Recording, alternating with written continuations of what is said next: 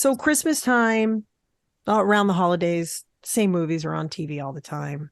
It's a Wonderful Life, Miracle on 34th Street, A Christmas Story. Do you have any favorites? Yes.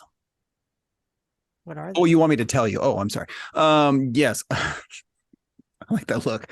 Um, yeah, we always watch Elf every year when we're putting the tree up, and I'll be perfectly honest with you, it's a sweet movie and I like it, but I'm so sick of watching it. It's every year in a row for how many years in a row.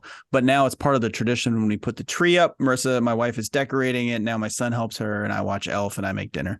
So we watch that one every year. I try to vary them because we're doing that thing where you watch the same movie every year and you kind of get sick of it. We typically watch every year at 10 p.m. on Christmas Eve. We watch Die Hard and drink champagne. And that's really fun, but I'm starting to get sick of it too. So that's a problem. And I don't want to get sick of these movies that I really like. So we're going to back it off a little bit. Yeah. I always watch, even though it's old fashioned and corny, I like watching White Christmas. I just think, Rosemary Clooney is very charming. I think that Bing Crosby, they're all at the height of their powers there in that movie. Although the third star, whose name I'm totally Vera something or other, is so skeletally anorexic. I have a hard time watching it, but it's still like a really sweet movie, and I enjoy it, even though it's I old and haven't seen slow. it. It's I you haven't should seen White Christmas. you should watch it. It's fun. How about you? What do you guys watch around the holiday time? Same with you, and I'm afraid of just burning out on favorites. So I like your tradition, by the way, of like watching that movie on New Year's Eve. Christmas Story, I can't sit down and watch that all the way through at this point because we've seen it a million times, but I do like it when it's in the background. I can watch National Lampoon's Christmas Vacation. Yeah. I don't think I'll ever get sick of it. I watched this weekend because I consider it a holiday movie, a New Year's Christmas movie. I watched When Harry Met Sally. And I'm Oh. very careful not to overplay that one because I have watched it 100 times and I hadn't seen it in over a year. And I was so happy. It Hmm. is a nice holiday movie. Totally. And there's scenes like it ends on New Year's, right? And Yeah. I mean, not a family movie. I had to kick the kids out of the room. But it's a great holiday movie. I like The Family Stone. yeah, that's an interesting one because I hated it the first time I saw it. There's so many melodramatic, contrived things in it. Then the second time I saw it and I was prepared for it to be what it is, I liked it a ton more. And now it's just sort of like it's kind of almost not kind of a fun hangout movie almost. So Exactly I how I like would that movie as describe well, it. And I love It's a Wonderful Life. which I've not seen. We've got to see that one. Well, you have an opportunity to challenge me to see a movie at the end of this episode. You may use it wisely. Okay. I'm going to think about that. I'm trying to think, what other Christmas movies do we watch? I agree with you on Elf. I love Elf and I think it's funny, but it's been playing a lot over the past 5 years. So we need an Elf break. Well, it's good for kids because it's so gentle. Like my 5-year-old really loves it. And it's just such a gentle movie that you can watch it with everybody. And it still is funny enough for adults to laugh. And that's a real big key. Um, yeah. My, And my there are a son loves surprising number of Christmas holiday films that are not appropriate for a 5-year-old. for sure. For sure. One of the newer Christmas, couple of the newer Christmas movies I like are, I believe it's called The Happiest Season. It's got Mackenzie Davis and Kristen Stewart in it, and they are a couple, and they go back to one of their houses for Christmas with their parents, and she's in the closet, and it's about her coming out, and it sounds very heavy, but it's funny. It's a funny movie. I really enjoyed that one. And then I also really like a movie, and it kind of relates back to our last episode. We were talking about a white guy from the suburbs of a certain age. Um, the Night Before, which came out a few years ago with Anthony Mackie and Seth Rogen and Joseph Gordon-Levitt. It's about three buddies who go out every year on Christmas Eve and get wild. And this is the last time they're going to get to do it because they're all in their 30s and they're starting to have families, except for one of them. Well, one of them, anyway. It's about a wild single night on Christmas Eve, and I really think it's very, very funny, but it also works emotionally. And so, I got to oh, check that out. I also really love Bad Santa, but I can never watch that because my kids are in the house. and So it's inappropriate, and but I've it's seen it so so many funny. times. That's the problem. Like I Yeah, get sick of it. Like I don't get sick of it. I don't want to get sick of it, so I stop watching. exactly. I think Scrooged is a massively overrated Christmas movie. I like Bill Murray, but I have a really hard time watching that one. Like, there's some really good parts, but as a whole, it's pretty hard for me to watch that one. I'm a big Bill Murray fan, and I don't really like it either. I just think it has like a bad vibe to it. Perfect. Yeah, that's exactly how I would describe it. That's perfect. And I don't want to feel that way around the holidays. He doesn't deserve redemption is the thing. You know, I mean, I recognize it's Ebenezer Scrooge. It's a classic story, blah, blah, blah. But Bill Murray in particular does not deserve redemption in this. You know, I don't know. Especially because Scrooge goes into how he's mistreated people who actually love him. Scrooge, Ebenezer's, Christmas Carol, the original, just sort of, you mostly only get the sense he's like not great to Bob Cratchit, but in Scrooge with Bill Murray, he's terrible to Karen Allen. How could he be terrible to Karen Allen? She's a goddamn treasure. I didn't like The Holiday. You didn't like The Holiday? The name of it? Not with Jack really. Black and Kate Winslet? No. I think it's like The Family Stone. I didn't love it the first time I saw it, but then once it becomes sort of a vibe. I've only watched it once, and I just found it to be too mushy. Yeah, there's one thing people don't want at the holidays, it's sentiment. Fuck the holidays. Welcome to Film Swap, the podcast where we challenge each other to watch the movies that we've let slip through the cracks or purposely shoved into the cracks for whatever reasons. I'm Angelica Thornton. And I'm Nick Voll, and this week we are hate casting Love Actually. This holiday season, join this unforgettable filmmaking team. Welcome, Prime Minister. This is Natalie. Hello, David. I mean, sir. 20 years ago, you'd have been just his type. As they explore that time of year when desires are revealed. I'm in love. Aren't you a bit young to be in love? No. Oh, okay. Secrets are exposed. Your secretary is very pretty. Is she? Be careful there. And chances are finally taken. All I want for Christmas is you. Universal Pictures invites you What's the best sex you've ever had? Britney Spears. No, I ain't kidding. She was rubbish. to take everything you know about love. You have this kind of problem? Yeah, of course you did, you saucy minx. And multiply it by 8. Would you excuse me for 1 second? Okay, that's done. This will be Hugh Grant, Liam Neeson, Colin Firth, Laura Linney, Emma Thompson, Alan Rickman, Rowan Atkinson, Keira Knightley. Christmas is the time to be with the people you love. Yeah, I need a car. This holiday season, Does Natalie live here? all you need Hello. is love, actually. Love Actually came out in 2003. It is a Christmas-themed romantic comedy film written and directed by Richard Curtis. It has a huge ensemble cast, primarily of British actors. It involves a number of interwoven plots that attempt to explain the nature of love in its real form, hence the word actually in the title. It was made for between $40 and $45 million. It made $246 million worldwide, which is pretty good for a rom-com. It was nominated for a Golden Globe for Best Musical or Comedy, and it is arguably a Christmas staple. It is so popular that just a few weeks ago, Diane Sawyer did a television special on the 20th anniversary of this film, which doesn't make sense because it came out in 2003. So how is this the 20th? That doesn't make any sense. I guess they made it 20 years ago. That doesn't make any sense. No one marks the passage of time by when they made the movie. They mark it by when they saw the movie. I don't know. My eyes rolled so far to the back of my head when I saw the promos that I could see my ass. Sorry. This is supposed to be a tapestry of Christmas affection. That's how I heard it described.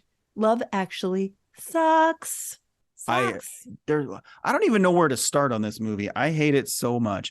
And I thought I would like it the first time I saw it, because I like lots of his other movies. Richard Curtis, he did Four Weddings and a Funeral, which is delightful. Notting Hill is a pleasantly little fun movie.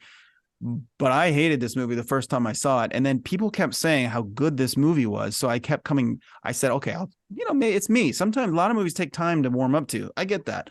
I go back and I hate it more. And then we talk about this movie for this podcast. I watched it last night again, and I hate it even more than the second time I saw it. Yeah. The hate just grows every time you watch it. We're going to get into the plot in a minute. I do feel like we need like a dry erase board, like some kind of flow chart, because there's so much going on here, which is one of the problems with this movie. But I thought this was the perfect film, allowing us to break our podcast protocol, because we have to talk about this. I don't understand how this can be so beloved. And you and I have been talking about how much we hate this movie for years. Yeah, this actually might have inspired you to ask me to do a podcast with you. Do you even realize that? No, you're totally right. Because this is one of those things we would just go back and forth on forever. So yeah, absolutely. We were inspired by our shit talk about Love Actually. Okay, this has also been ripped to shreds by some people. I've saw a lot of reviews like sort of taking it down, and that's what we're going to do today. Okay, let's talk about what worked. Nothing. I disagree. I think there are two there's many plot lines in this movie. I think there are two that work. Two. That's pretty good. But when it's 2 out of 10, it's not pretty good. The two that work for me are the one with Martin Freeman and an actress whose name I don't know, who play the stand-ins for sex scenes, who strike up a romance while doing humorously fake sexual acts. That works to me. It's a very, very small part of the movie, but it works. They're sweet. They're funny. The incongruity of the graphic sexual acts they're being asked to portray versus the humorous, cute, very polite, friendly banter that leads them into romance. It's a funny little plot line. Mm-hmm. I enjoy that one. I think Billy Mack and Joe, the rock star, and his manager, I think that works because Bill Nye is so damn charming and funny that it works. He's funny to watch on screen. I like the fact that his character knows he is full of shit when he is making this terrible song, and he totally embraces it. I like his being petulant and rude on talk shows. All of that stuff really works. It is a big part of the movie. I would say it's one of the more major plots, but it also is sort of the least consequential of the big plots. So I feel like that could have been its own movie.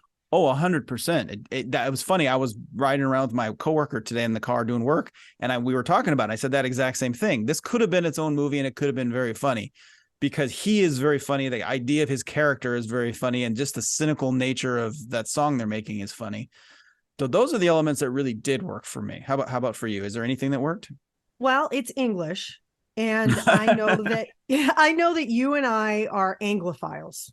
I love English films. I love English culture, English people, English humor is right, but it's not English enough for me. It does not scratch that itch.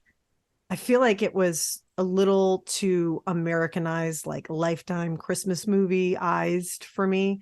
I think the actors in the film are obviously good actors. The casting was good. Every single one. Yeah, totally. I also liked some of the subtitled dialogue that takes place in France. I thought that was funny. But, with everything I like, I have problems with all of these points too. So, yeah, there are little pieces of it that I think show promise, but just the way it was edited and just overstuffed with it's too much. It's too much. That's exactly one of my main points as well. There's too much going on. And so I think what ultimately the movie is cynical, because what it's doing is taking these things we can all relate to, like the death of a spouse. That's sad. We all can understand how sad that is. And it, rather than build the character to understand the sadness, they just say, it's sad, isn't it? Here you go. And then here's some hijinks, for example, or Laura Linney's character. And we can get into these specific plots here, but how hard that would be to have a mentally disabled sibling that depends on you. but we don't have enough character development to know why she still has to take care of her brother in that way.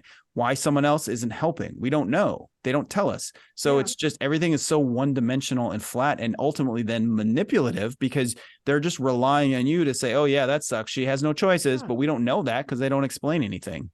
Exactly. The point here, I think, was to show the struggle that comes with love, right? Mm-hmm. How imperfect and painful it can be. But it felt cheap. It feels cheap. Yeah. And none of the stories dig deep enough to give us, anything of substance. Several of them are problematic if we're putting it into the, rom-com, romantic holiday comedy category. I don't even know where this would fall. I mean, what is Christmas about this movie anyway, besides the date on the calendar and the decorations and the scenes?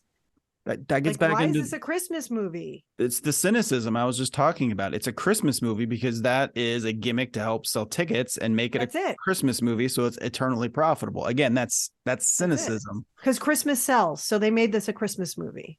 Exactly. Imagine this were a movie that takes place in the middle of summer or in April. People wouldn't go crazy over it and watch it every year, and ABC News would not be doing a special on it.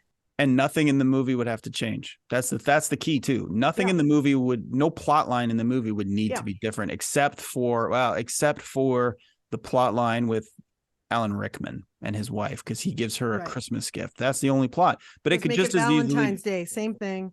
Totally. Exactly. Yeah. Okay, I had to write some stuff down here because there's too much going on, and I really could not keep track of names, and I actually had to try and do math. And I looked at this page where they showed the pictures of all the cast members, and I was counting and saying, are there 10 storylines here or 8 or 9? It depends on how you look at it. Let's start with they're all intertwined a little bit. Exactly. Let's start with Liam Neeson's character, Daniel. Starting with a big hitter. That's good. His wife dies, like you mentioned. He's raising his stepson. The funeral happens over the course of the movie, right? Mm-hmm. But they barely touch on his grief. Not at all. He's sad he cries while showing the eulogy video. Doesn't even turn around and look at it. Mm-hmm. Instead, he goes nuts worrying about his stepson Sam, the boy, and Sam's crush on someone at school. And he's talking to his sister, and he says how sad she is, and she makes a joke about basically you need to get over it. It's only been a week, bitch. Oh, here's the thing. That's not his sister. Karen? That's not his sister? No, I looked it up. They're BFFs. Oh. It took me several times to watch this to figure that out. Because otherwise his brother would be the prime minister. Oh, yeah, of course. You're right. They're just best friends. So I feel like the story here could have been about the love for his stepson, right? Which I find that's really interesting. I mean, you're with this kid, your wife dies. How am I going to create this bond and help him grieve? I'm not his real father. I'm his stepfather, But they did a crappy job of laying that out. It's like 2 lines in the movie where he says essentially that, and then they're just BFFs after that. Yeah, they seem to just forget about the dead mom and obsess over this crush that he has. And this little boy whose mother has just died is constantly saying to him, when are you going to start dating again? Like, your mother died 2 weeks ago. Yeah, none of it's believable. Also, he lets him dart through airport security 2 years after 9/11 so he can tell the girl he has a crush on that he loves her. Bad parenting idea. Also, how is Daniel ready to date within 2 weeks of the funeral? He's fantasizing about like a Claudia Schiffer type romance. And then, of course, Claudia Schiffer plays the mom who looks like Claudia Schiffer named Carol. And that's like 2 weeks after the funeral, 3 weeks. What the hell is wrong with you, dude? You haven't even mentioned the worst part, which is there's a shot where he's laying on the couch with his stepson talking about this Claudia Schiffer character. And he tells a 12-year-old that he's going to have sex with this woman in every room in the house, including the little boy's room. And they just laugh. Yes, stepfather, please have sex in my room. And how old is Sam supposed to be again? 11? 12. 12. Yeah. I think part of it, he looks young. I think that is part of the problem. He does look much younger than he is. I have a 13-and-a-half-year-old. There's no way I would ever let that conversation happen in my house. Sure. I would come back from the dead and kill my husband. Wow. I don't think your husband could pull Claudia Schiffer. No, he definitely wouldn't.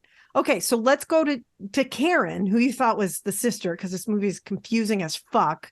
Mm-hmm. Okay. Karen is Daniel's best friend. And I had to look that up because I was like, what's going on here? Like, they talk to each other on the phone a couple times, but they don't establish what their relationship really is. Mm-hmm. So Karen is played by Emma Thompson.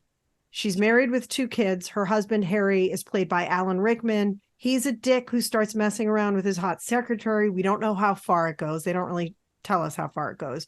But he buys her this nice gold necklace, gets caught by Karen. Karen's heart is broken. She cries in her bedroom while listening to Joni Mitchell's Both Sides Now. She got the CD and not the necklace that she found in his coat pocket. This is actually a very good scene to me. That was the best scene in the movie to me. That song is beautiful. It's depressing. Emma Thompson is a queen. And I was almost crying watching her heartbroken. And the way she like picks herself back up and walks into the living room and takes her family to the holiday show. Doesn't let the kids see. It made me want to kill Harry, who is worse than Alan Rickman's Hans Gruber in Die Hard here, in my opinion. Yeah. I mean, what a spineless little prick. Karen is like, you know, the wife and the mom. Mia, the temptress secretary who just flashes her crotch and licks her lips the whole time. What an awful character. She even wears like devil ears. That was so Christmas ridiculous. party. Horns, What a but cheap yeah. cliche. So Karen gets to watch her husband dancing with the devil and it's Christmas. Why is she wearing devil ears? It's so stupid. I like that you call them devil ears. They're devil horns. Devil horns.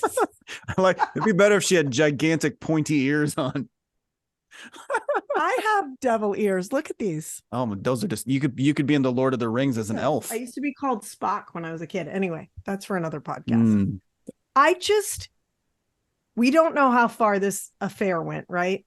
So we don't know if it was emotional. The movie kind of leaves it open in the end. I read it. The film editor said they absolutely had an affair, but if they did, that isn't shown on screen at all. Right. I always got the impression it was mostly just a flirtation that went too far. It's just one of the many dangling storylines. So some other things about this. So first off, I think Karen is the only well-developed female character in the whole movie. She actually has an emotional arc. You understand where she's coming from, and they actually demonstrate where she's coming from. You know, that she loves him. He betrays their trust and she is devastated by it, but she keeps soldiering on because of the children. And I feel like they actually take time to illustrate her struggle. And I think part of that is because Emma Thompson is a fantastic actor and she can sell it, but I think they actually also took the time to do that. So that was good. That was a good part of this. I think, like you said, the Mia character, that secretary, just so blatantly coming. It's like, one of the larger themes of this movie is this idea of male fantasies being worthwhile and fulfilled at all times. Almost every single one of these plot lines is from the perspective of a man getting what he wants. This movie hates women. Absolutely hates women. It's awful. And that's why Emma Thompson has the only good character arc, but she also gets shit on. Yeah, and they still did her dirty in this and movie. The expectation with the logic of this movie is that she needs to take it because she is a wife and a mother, specifically a mother. She has to take this abuse, and he's bad. Yeah, he's bad, but she has to take it. Exactly. Did you notice that there are 3 plot lines in this movie in which women fall in love with their male superior, or men fall in love with their younger female subordinates, employees. And this is meant to be romantic and positive. Yeah, you've got Harry, Alan Rickman's character. You've got the Prime Minister, Hugh Grant's character. And then you've got, what's his face? Colin Firth. Colin Firth with his, I don't know. Portuguese housekeeper. Yeah. I mean, the Hugh Grant one is so bad. We can talk about that in a second. We'll get to it, but yeah, it's just one of these overarching themes.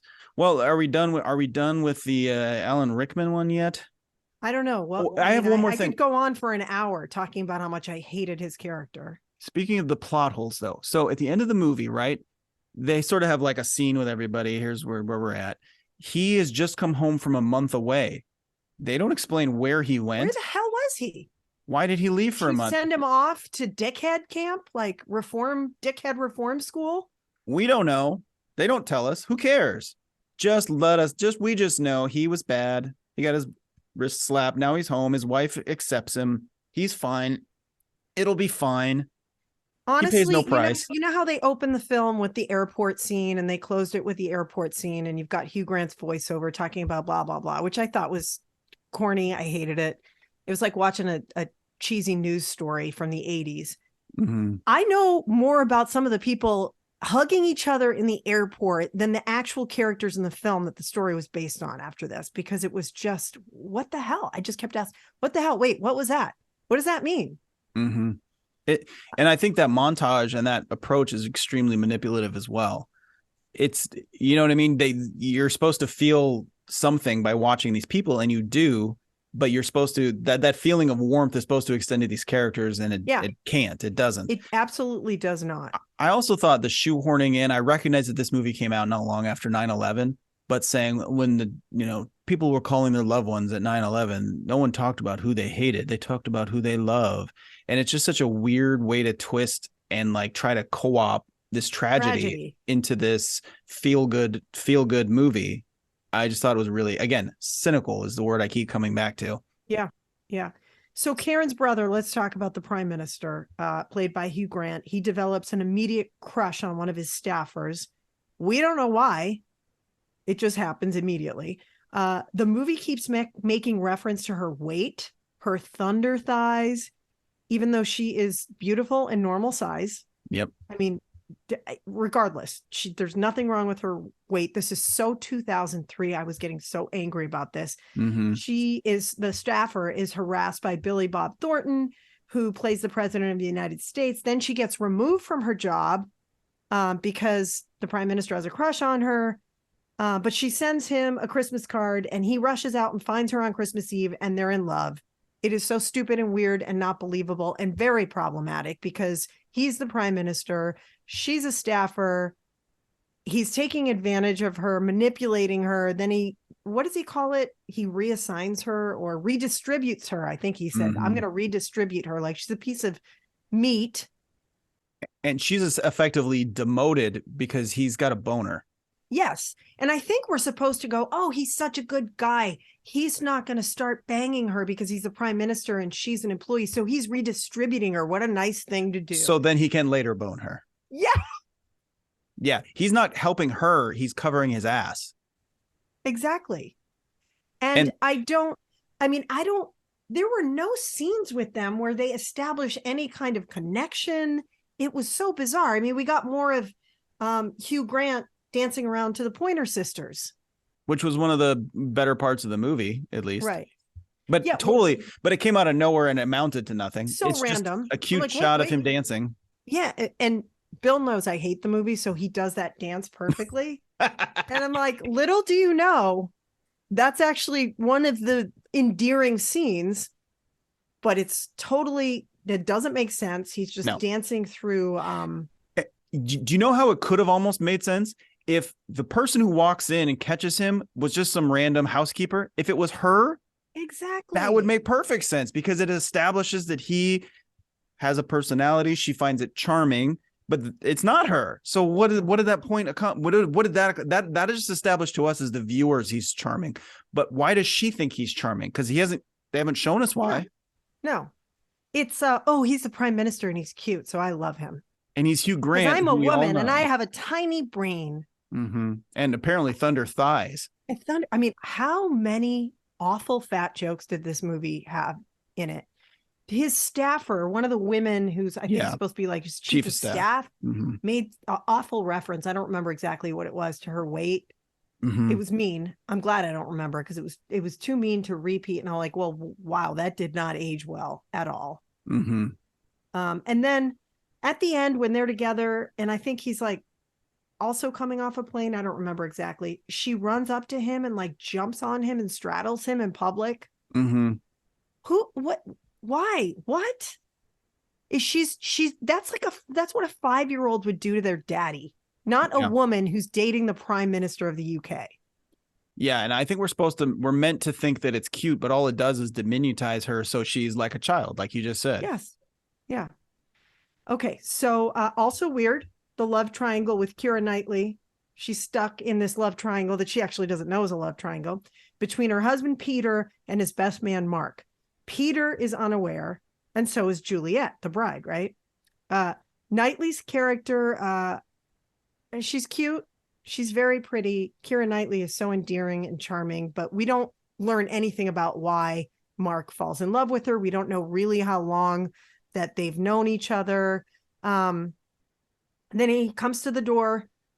Okay, so wait. Let me back up. I'm going to start this over because I'm already confused by what I wrote. Okay. Also weird, the love triangle with Keira Knightley between her husband, Peter, and his best man, Mark. Peter is unaware, and so is Juliet. That's Keira Knightley's character. Until she sees a creepy wedding video that Mark shot of her.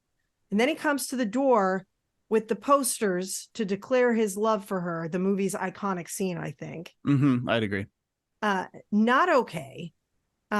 She runs after him and plants a kiss on him, and then he says something like, okay, and that's it. That's enough. As he walks away. You potentially just blew up your best friend's marriage because you're in love with someone you don't know. So maybe just physically obsessed with her. We don't know, because that's what the wedding video looked like. Mm-hmm. And does Peter ever even find out that this is going on, the husband? No, it's a little secret. They're a little secret. How does Juliet feel? Why did she kiss him? That's not okay. Because this What's is the wrong man's with these people? This is all about the man's fantasy of what love is. The man's fantasy is, even if you can't have it, she still would, and she gives you. She's going to give you a little closure to make you feel good about. Because that's her job, is to make you feel better, not to have her own agency or her own life. Here's a little context to let you know how creepy this is, and that's all I could think about when I watched it. Now, you know how old Keira Knightley was when they shot this movie? 17 years old. No, she wasn't. She was 17. She was closer in age to the little boy who was Liam Neeson's son than she was to the man she was marrying on screen. Wow. Isn't that gross? She has to do full-on kisses with Chiwetel Ejiofor. I mean, who could blame her? She's a very handsome man. And Andrew Lincoln. She's 17. These are grown-ass men. And they're like making out on screen. I'm laughing during the wedding scene too, the wedding ceremony. All these musicians are popping up in the seats and up in the organ section. I don't know what you'd call that. And I'm like, how do they not notice all these people with massive instruments sitting around in the church? And I guess that was Mark, the best man's idea to surprise them. Mm-hmm. Who does that to their friends?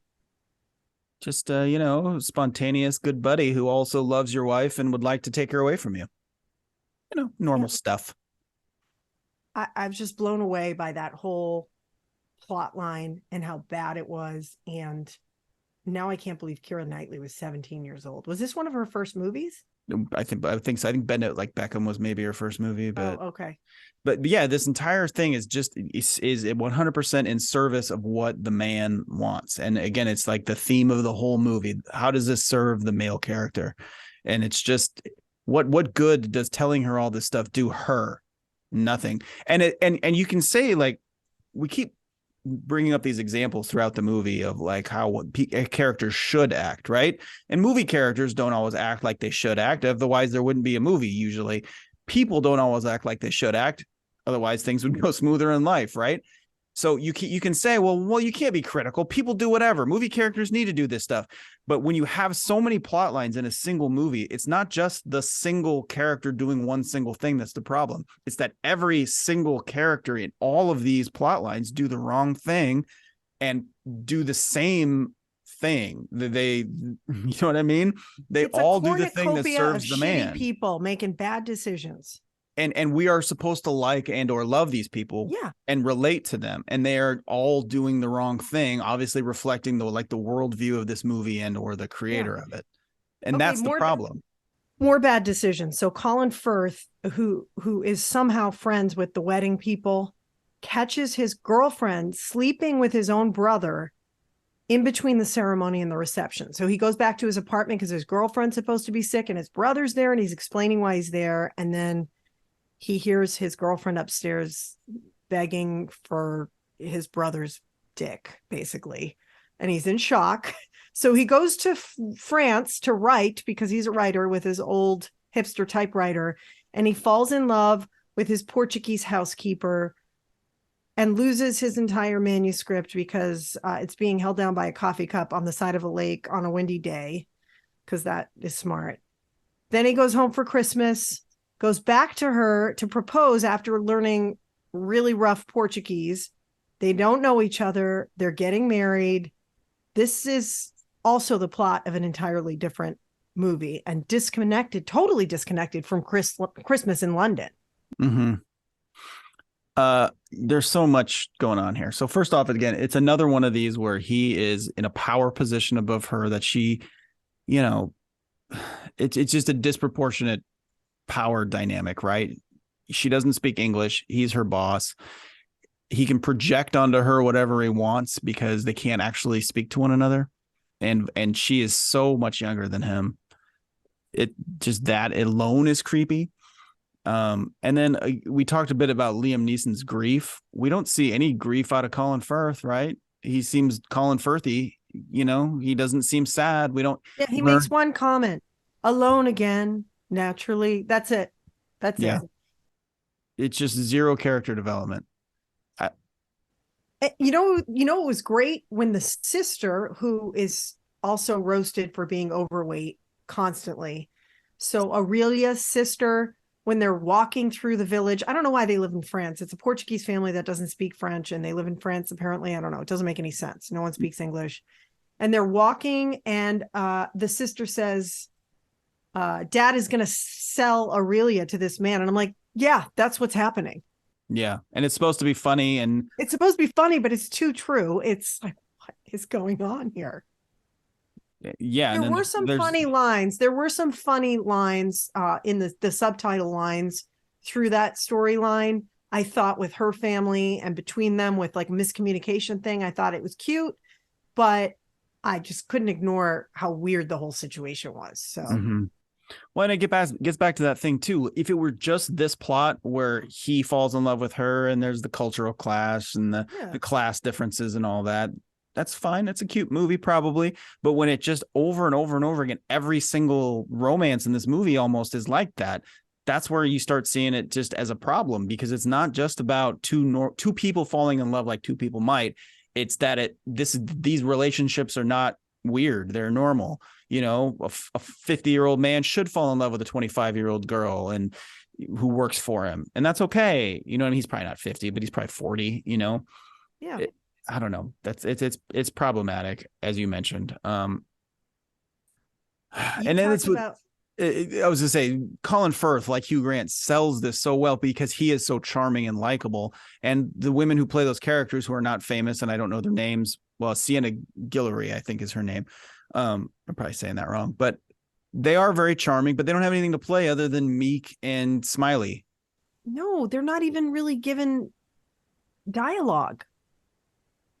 True. I mean, there's so many women in this movie who literally mumble. I forget the character, or Natalie, who's Hugh Grant's love interest. At one point when she's interacting with Billy Bob Thornton in the hallway, she like mumbles. You don't even know what she's saying. I think that's the whole point. Mm-hmm. They don't even give her the intelligence, the wherewithal to actually say anything to the president of the United States as he's passing in the hallway. She's just useless at that point. Her two defining character traits are that she's fat and that she swears a lot and cannot control her potty mouth like an adult could in front of other people. So again, infantilizing her to the point where she's mentally deficient because she can't hold her tongue and not say the F word. Right. You talked a little bit about Bill Nye playing rocker Billy Mack, who, kind of sells out. makes a comeback, loves his manager platonically, which I thought was a nice twist. Like the fact that his love was his manager, someone who deserves it after years of service to him. But he still abuses the manager with more fat shaming. The person who wrote this hates fat people or hates normal sized people. I wouldn't even say that guy was fat. No, he was just like a middle-aged dude. Yeah. I mean, like, there's no one. I just, why? What is going on? What was happening in 2003 where they had to get in the digs on weight in every single one of these storylines almost? Even Aurelia said it to Colin Firth's character. She kept commenting about how he was eating and getting fat. Well, along those lines, so he didn't direct it, I don't believe. He didn't direct it, but Richard Curtis produced Bridget Jones's Diary, and you see a lot of hallmarks or a little commonality between and I love Bridget Jones's Diary. I genuinely do. That's a Christmas movie I actually like to watch.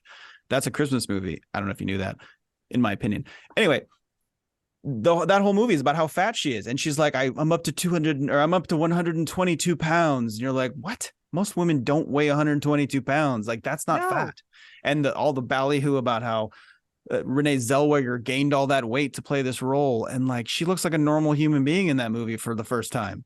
She's smaller than I am right now, and I don't think I'm fat. I don't understand. I mean, I do think that this was a problem in the early 2000s. I mean, in the 90s and the early 2000s, it was peak like skinny model, eating disorders, Ally McBeal kind of time period where women were a 000. So I don't know if that kind of, it is a common thread in all these storylines, the fat jokes. And I think fat jokes are super cheap and they don't work. And I hated it. Laura Linney is in this. She has a crush on her coworker, almost sleeps with him, but her mentally ill brother, whom she bizarrely refers to as my darling. Yeah, I know, it's weird. It's so weird. Interrupts her hookup. That's it. Boring, barely their story. Why? Honestly, this might be my least favorite plot line of the entire one, because her job is to suffer. That is her entire role in this movie. And if this movie's thesis is that love is hard and varied and multifaceted, and sometimes love means you suffer, it's just her job is to be whipped and abused, and for her to accept it and take it, and with no explanation about why. Where's the rest of the family? She's American. Why is her American brother in a mental institution in England? Yeah. You know what I mean? Why can't she step away and just have a date and ignore his phone call? Because he's obviously severely mentally ill, and it's not going to matter if you answer that. He's not going to get better tonight. Right. There's no explanation. And I think that could be a compelling story. Her parents died. They moved out here together. She's taking care of him. She feels this obligation because their parents are dead or something like that. You could tell a story where this happens and have it make sense. But all it feels like when you watch this movie, especially in the context of the other stories being told, is that her job is to be unhappy because of love, quote unquote, And then in so pre-Me Too movement, her boss, Harry, Alan Rickman, comes up to her several times and he's like, oh, I see you looking at, I don't remember who her love interests. I don't know. Carl. See you looking at Carl all the time. I know you want to bang Carl. You should go bang Carl. And I'm like, what is going on? Mm-hmm. Reminds me of the conversations you and I had at K2. We used to have a coworker named Carl, if you were unaware. We love you, Carl. We love you, Carl. I didn't say which direction this conversation went. You could have been saying that to me. I don't know about your secret desires for Carl Click. He's my mentor. What can I tell you? That's for another podcast. That's for a therapy session. Should we even mention the stupid guy who goes to America to get laid? Yes, because again, it comes down to one of those things I've been talking about this whole time. It's about this like male fantasy of how romance should be. And romance to him he is creepy to every single woman he meets in England. And he's like, oh, why don't they like me? Like, he's an incel, what we would call that now, right? Yes. He's this guy who thinks he deserves women's love automatically.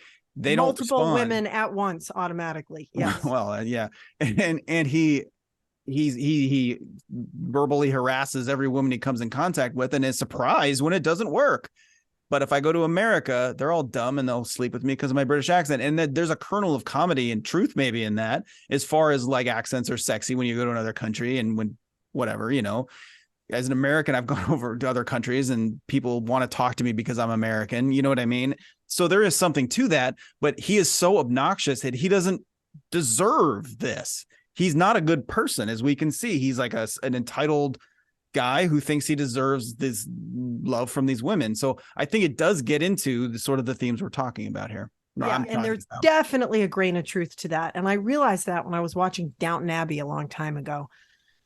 I don't remember which season I got to. And I was like, why am I watching this? This is garbage. This is so bad. And then I was like, if they didn't have British accents, there's no way I would have stuck with this long. This is trash soap opera TV in America. Only, it's a period piece. So they have cool costumes and they're in the Abbey and they have British accents. But we are so easily fooled by the accent. And where we think something is more refined than it actually is. That very much is a soap opera. And I've watched it and I liked it enough, but like Same. It is a soap opera, but yeah, I had to give up on the movies. I couldn't stick with the movies. They were bad. One thing I did like about that scene though, is that when he does go to Wisconsin and he meets the women in the bar and they have an orgy or whatever, like, each one of those actresses was an up and comer in 2003. Like I've seen them in things. So it's January Jones. I forgot she was in it until I watched it again this week. And I was like, oh, there she is. The Pride of Sioux Falls, South Dakota. Yeah. She went to the same high school as my parents. Oh, nice. Ivana Milichevich, and she may not be a name that you recognize, but if you saw her face, you've seen her in a million things. Yeah. Elijah Cuthbert, who had a pretty good run there in that era, and Shannon Elizabeth coming off of American Pie, who is like the biggest star among them at the end, which is I think why she ends up with ugly McDouchebag when he gets back to England. Yeah, and then there was that random Denise Richards cameo. Oh yeah. Who again was an up and comer at that point. It was so campy. It was that whole thing, and I mean, like the campiness of it might have saved it from being truly horrifying. Mm-hmm. But I think you could totally twist a lot of these scenes and plot lines in this movie if you just made little changes to who these people are. Yeah. They go out of their way to show how bad all these people are and then expect us to find that cute. He could simply say, like, I'm just unlucky in love. Oh, I'm just, gosh, but the accent. And then if he goes and meets somebody, it could be funny, right? But they go out of their way to show him like being crappy to women. Yeah, he's a douche. Yeah. I don't get it. I just don't get it. You talked about the John and Judy storyline. It's funny that you mentioned that because when I watched it this latest time around, I don't know if I fell asleep for a minute or ran to the bathroom, but I missed it. And then I was kind of writing some notes down and I'm like, wait a minute. I didn't see them, but it's so quick. That's the problem. Yeah, they have like maybe 4 scenes in the movie where they kind of come back to them building their relationship. But interestingly, that is one of the few parts of the movie where I feel like they actually do build the relationship because you show them talking and getting to know one another. It's amazing what a little dialogue will do. Right. And it happens in the middle of those ridiculous sex scenes they're being the body doubles for, which is why they're funny. But they also still actually genuinely work as character building because they're talking about their likes and their dislikes and who they are, and they fall in love, and that's cute. It works. Yeah.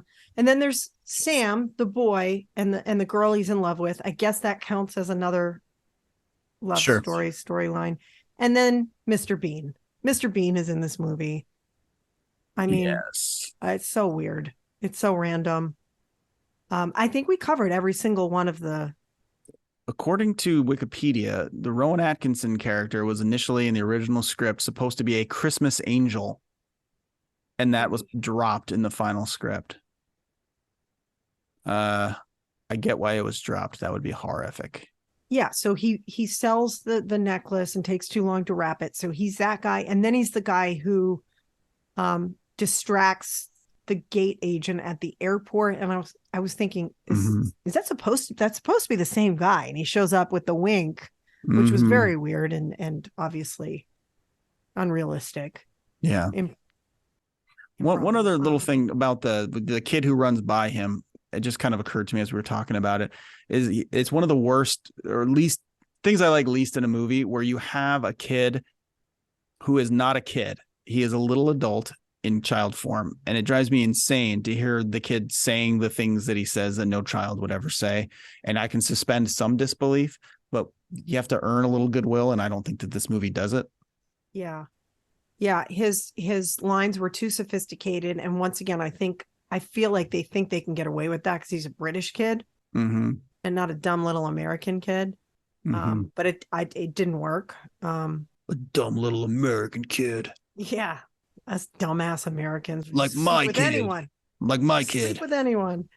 The bottom line is these people fall in love or out of love without really seeming to learn anything, lessons about each other. Mm-hmm. Every woman in this movie is either silent or screwed over or screwed literally. This movie hates women. I hate this movie. I don't think anyone listening to us right now. Okay, what am I trying to say? This is objectively a bad movie. I agree. I think it's, I think that if you turn your brain off in almost every capacity, that is how this movie is enjoyable, because if you don't think about anything that's actually happening, it's enjoyable in the same way that a soap opera is. But this movie, and part of its sin is that it is attempting to achieve some sort of profound conclusion. It wants you to think that all the stuff happening means something, and it means nothing. So if it just came out and was trashy and soap opera and dumb, you almost would accept it more because it's not trying for something else. They come right out of the gate and tell you they're trying to be profound. And there's nothing profound about this movie except for how profoundly bad it is. So I think that's part of the reason for me it doesn't work, because if you had just ridiculous things happening, I could take it if I knew that it was supposed to be ridiculous. But they don't think they're making a ridiculous movie. They think they're saying something. And what they're saying is that women deserve, that women deserve to be subservient to men in these relationships, and that you just got to take it because that's love, right? The one relationship that they could have gone deeper with, and maybe I'm overthinking this, was Karen and Daniel. Mm-hmm. They clearly are connected as friends, like middle-aged adult man-woman friends, both of them dealing with heartbreaking circumstances. And I wanted to see them get together. And I've never thought of that until this viewing. Mm-hmm. After I Googled, right at the start of the movie, I Googled, how do Daniel and Karen know each other? I saw that they were friends. And then I sort of watched their interactions through the movie. There weren't that many. And then I heard him call Carol, Claudia Schiffer, at the end, Karen, accidentally. Oh. And I was like, whoa, is he in love with Karen? Because he should be. And I want to see them together. I didn't catch that. That's interesting. I didn't catch that at all. I remember the scene and when he said that, and I thought it was just meant to be like a silly, he's single. He's not used to being single. He made a mistake. Not this Freudian slip. Yeah, That's I don't know. I don't know if it's anything, but I thought as I'm watching it, realizing they're best friends, because I had been confused about their relationship before. Mm-hmm. Like, they would actually be good together. And it's the perfect time in their lives for them to be together. And then he says, Karen to Carol. I'm like, wait a minute. Mm-hmm. What's going on here? I think we could agree this movie probably was much longer in its initial cut, because there's a lot of things, a lot of holes, as we've talked about. And I'm really curious. I would almost want to see a version where it is completely uncut and you've got every plot line, the original, everything that was originally written, acted, and recorded for each plot line before it was edited down into a smaller thing. Because I bet you have a 4-hour movie on the editing room floor. The good stuff that, the crucial pieces of information that were missing. I shouldn't say the good stuff. I don't know if there was any good stuff. Exactly. But yeah, I think the movie would make more sense if it were like a 4-hour movie, because it's got 4 hours worth of plots going on that they've attempted to crush into 2 hours and 15 minutes. Yeah, this actually wouldn't be a bad television series. The director did say that the editing was a catastrophe. Oh, really? And he said the only nightmare scenario I've ever been caught in. And we can tell. Yeah. And so then the other mystery is why do people love this goddamn movie so much? If you are listening to this podcast or watching it and you've sat through us so far, because this is definitely going to be the longest episode we've ever done, I want to know, tweet at us or say on Spotify or Anchor FM, you can leave comments. Why do you like this movie? Do you not see these things, or do you not care that you see them? And that's okay. I mean, no judgment. You like what you like, but I would like to understand. So me too. There you have it. I don't get it. I hope I never watch it again. I think I've watched it enough. I've analyzed it now with you. I don't want to see it again. I do want to hear what other people have to say about it.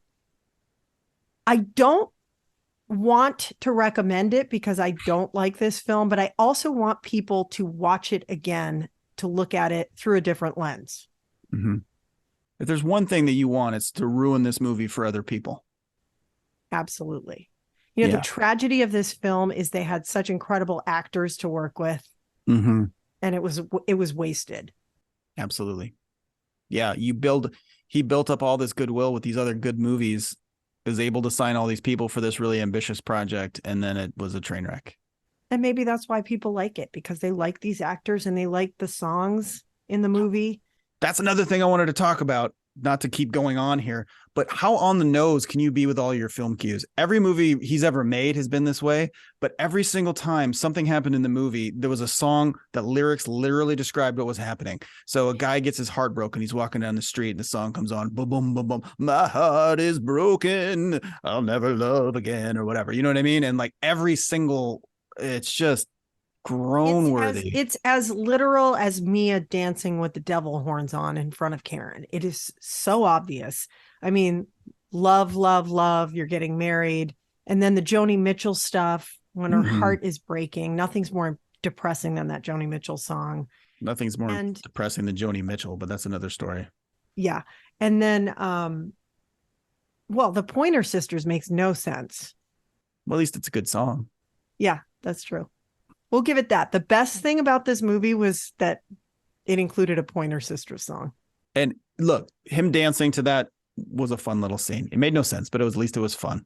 Yeah, exactly. Do you have any more thoughts on this before we drag this into past the hour mark? I'm sure we already have. No, I want to bury it. Okay, let's bury this. This lump of coal that Santa has given us for Christmas. Let's bury it in the backyard. Actually, you know what? It's not a lump of coal. It's a lump of shit. Let's bury it in the backyard and get fertilized next year's Christmas tree. Okay, so maybe we could make up for this with next week's film. I want you to watch It's a Wonderful Life. It's a classic. I have no idea how you're going to feel about it.